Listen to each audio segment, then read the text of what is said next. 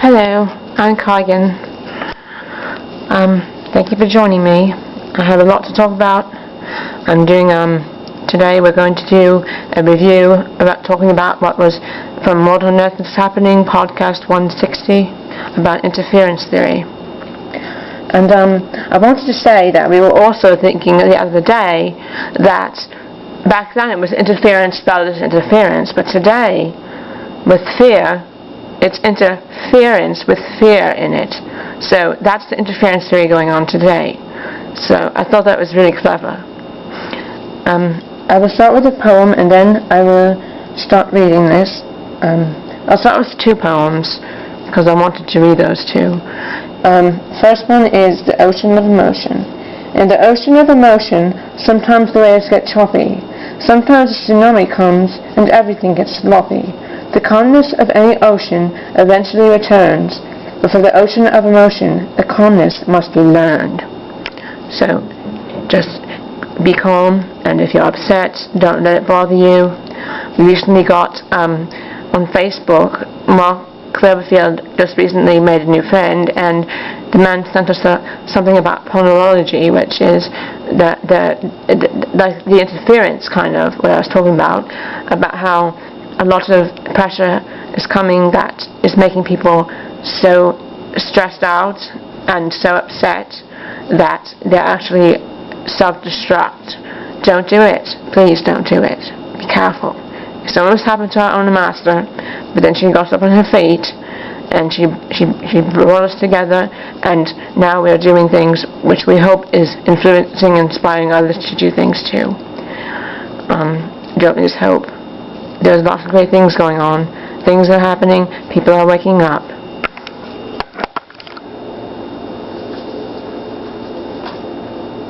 Okay, I'm going to read the second poem and then I'm going to talk about interference theory. Okay. Changing times. It has come to the end of that time when the body was a slave to the mind. Each day was a struggle just to survive, and some of us questioned why we were even alive. We were victims beneath a fiat currency of fear. Parasitic threats of terror were lodged within our ears. We were mentally diseased, and some were bribed into war, only to return diseased even more. The archons had conned the fighters to fight, with the fear if they didn't, they would lose all their rights. But fear itself was signing all rights away, and we kept losing more as we dragged day by day, until the truth warriors joined in spirit and decided enough was enough. But instead of getting angry, they joined hands and locked up. They set separate ways for the spirit of creation, who could help them assemble their own righteous nation. When you apologize sincerely for the mistakes made by men, the God of creation will take hold of your hand and lead you out of the darkness and into the light. As a truth warrior, you can use your talents to fight. Use your spirit from Him to take the wicked one down. Let's use our spirit of creation to take back His crown.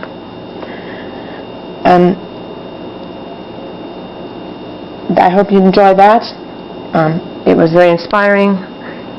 We thought about it while we were riding around one day, and I hope you enjoyed it.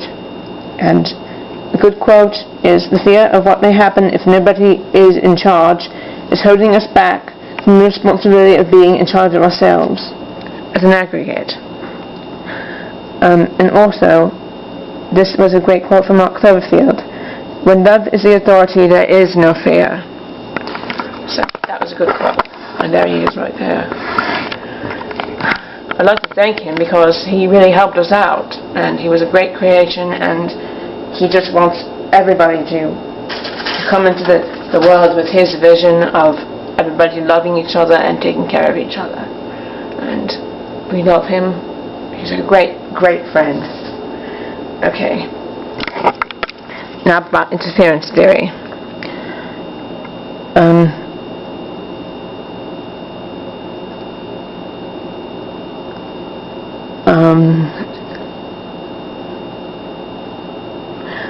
I wanted to also say that it says they think they've convinced us that Yeshua returning is going to be a physical spectacle, but we will tell as many as we can that it is a scam that they've created. You need to follow Yeshua in your heart with your inner eye. Remember, it's not about the seen, but of the unseen. And then gradually, when you get to that point, you will start to see things that you haven't seen before. And I mean, you'll hear messages that are like highlighted, like taken in, like, yes, that's exactly how I'm feeling, or it encourages me to keep going. It's really wonderful. Some of the most beautiful things are happening, and people are waking up and getting that hope. We don't let them ever kill the hope, because hope cannot be killed. A lot of people have lost it. It can be lost, but it can be found too. And it will be here. It's here. It's not going to let go. And now more about interference theory. Different cultures have different accounts of these beings, so it seems like that's more evidence of the fact that this happened. The beings have been called giants, gods, watchers, human keepers, Anunnaki. They were our creators and our enslavers. Most likely was 4,000 years ago. Well, 400,000 years ago it started. Sumerian and Akkadian accounts. The biblical texts were more watered down. I believe they were messed with. And so I was thinking like at that time it was like a common core. They got rid of the real facts, and they kind of switched things around a little bit and made it look as if they were the creators of all, and the whole book of the Bible was about them being God, and they're not. Don't worry, we're not going to let them do that. That's what they want you to think. You've been lied to. They have messed with the book. They have messed with it. And you know what? You can recognize them by their fruits. Look at the parts, read it for yourself, and you can see where it's messed with, when it doesn't make sense. You know it's genuine when it says how much about love, especially the book of Ephesians. I love it. And I love this quote too, like we always say, blessed are the peacemakers, for they will be called children of God. It's very important, because peacemakers are very important. Learning that you can see love in everything, and there's no room for fear or hate anymore.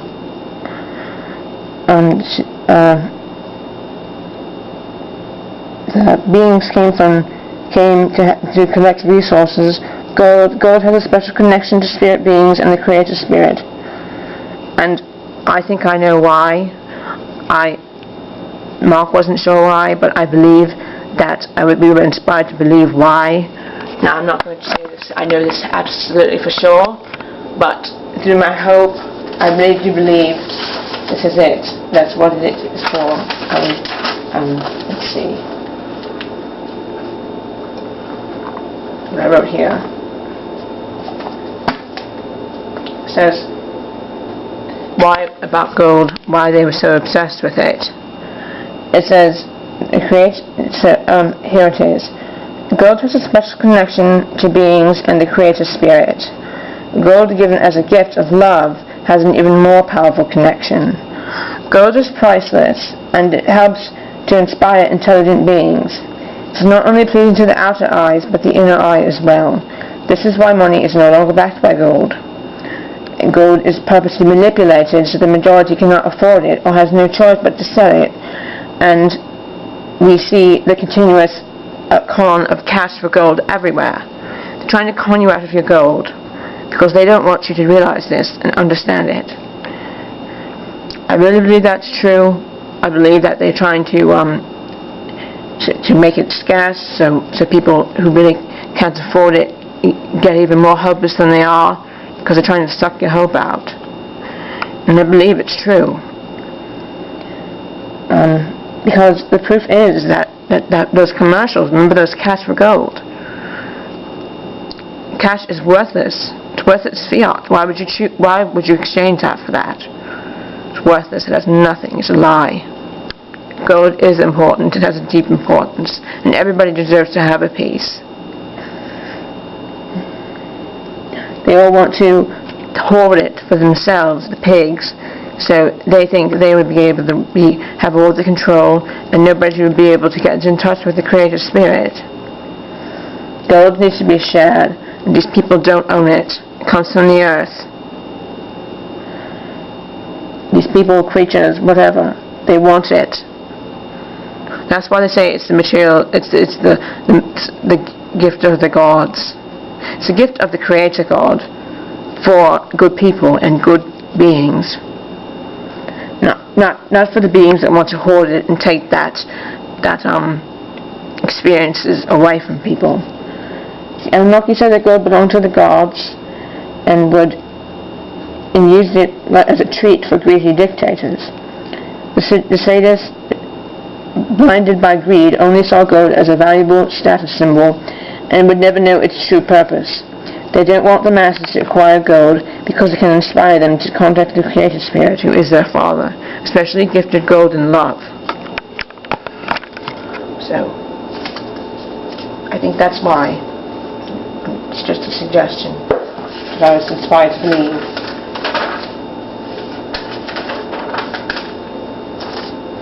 Okay. Back to interference theory. It's all about the gold, they're coming around. And guess what? The gold belongs to those people that were digging and slaving for it, these people that they have doing this, not them.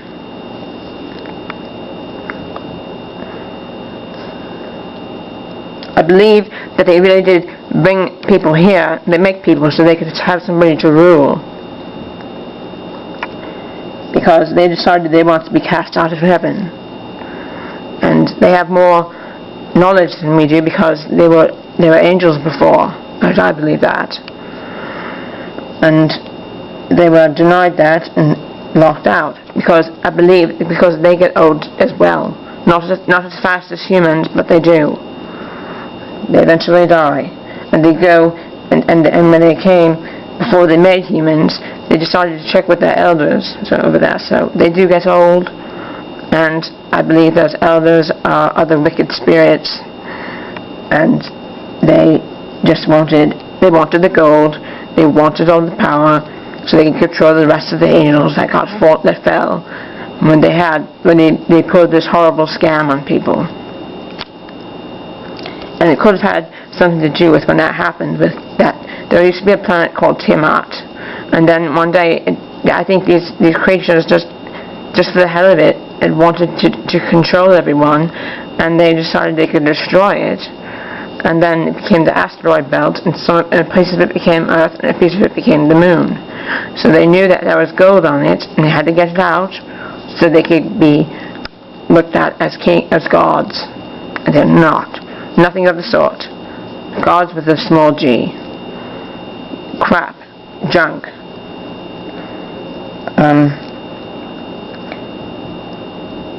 They did not want us to contact the Father who will rescue us through our will, because God can give you that little bit of hope when you look at it.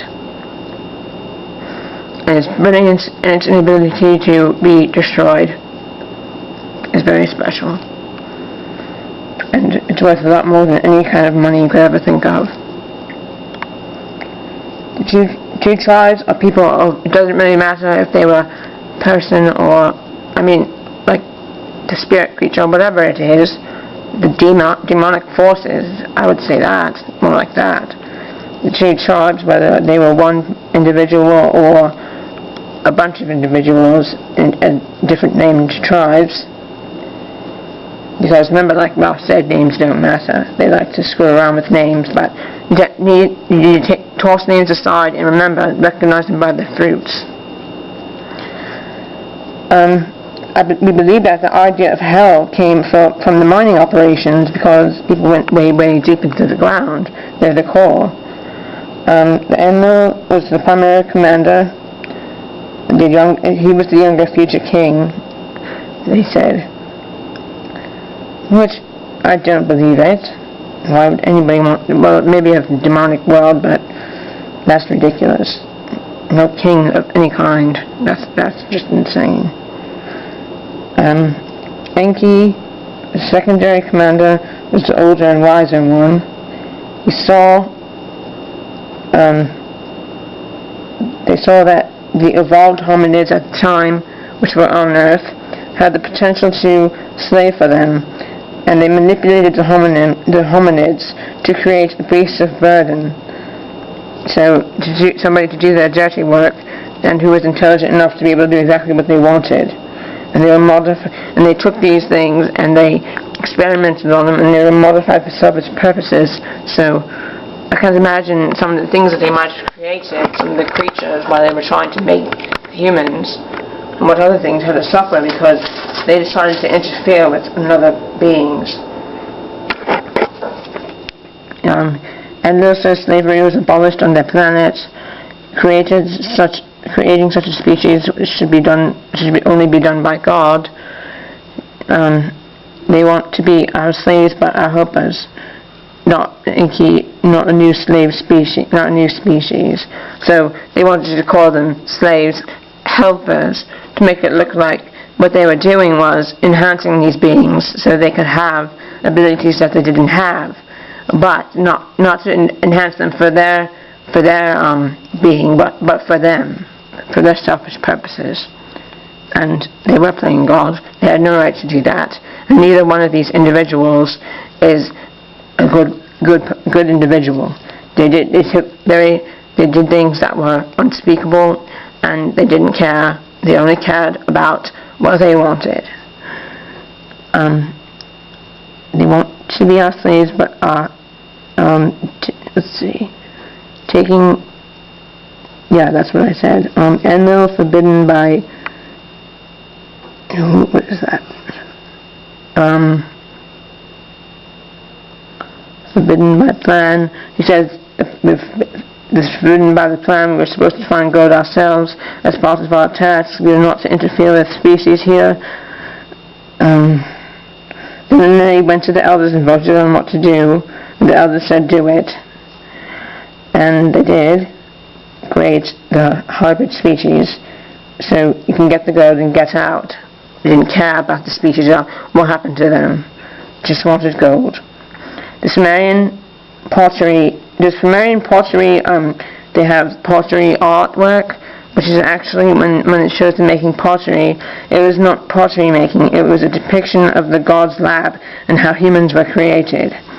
They took the ovum of the earth female hominid, sperm from an Anunnaki male, implanted it in an Anunnaki womb, and made a hybrid was born a Damu, which means one who was like Earth's clay.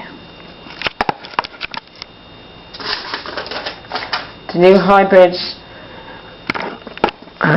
hybrids returned to the unclaimed. They brought the hybrids to Eden, trying to multiply them, but there was a problem because they were not able to do that.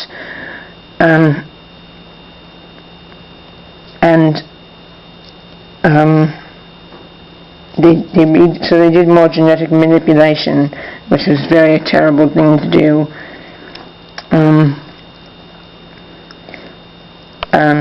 And this place that they took them to, where they created the humans, was called Eden, which in the Bible, you know that. And that place was in Iraq.